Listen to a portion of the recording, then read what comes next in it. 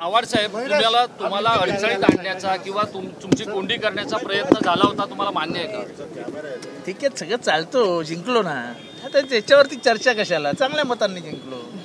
कोंडी अडचण कुठे झालं, संपलं.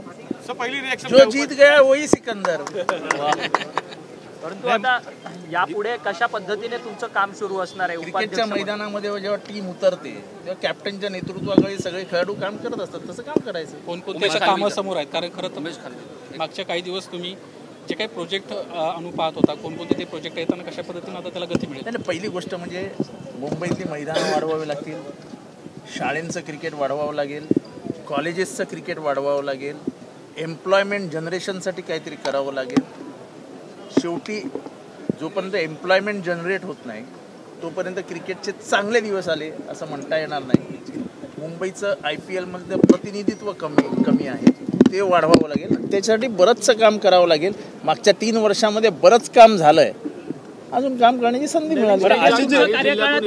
ठाणे जिल्ह्यातच क्रिकेटच्या मैदानांसाठी आणि समस्यांसाठी खूप मोठी आव्हानं आहेत. नवी मुंबई असेल, असं आहे की मी माझ्या प्रभागात सांगतो, आमच्याकडे ऑलरेडी आम्ही 5 एकर जमीन मिळवलेली आहे. तिथे नवीन सॅटेलाईट अकॅडमी उभी करतो आहोत. दुसरीकडे आम्ही एक मैदान तयार केलं आहे, त्याच्यावरती दररोज 350 पोरांचं ट्रेनिंग चालतं. असं काही नाही आहे, क्रिकेटचा विस्तार होतोय. आणि एक लक्षात ठेवा, एका काळी दादर ते विटीमध्ये क्रिकेट होतं, आता दादर वसई, दादर कर्जत, दादर कसारा इथे ह्याच्यामध्ये क्रिकेट पसरलंय.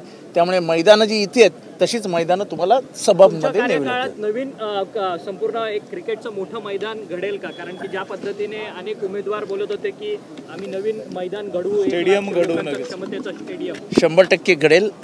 3 वर्ष आहेत, आजच सगळ्या प्रश्नांची उत्तरं दिली तर पुढच्या 3 वर्ष काय बोलायचं आम्ही. चला.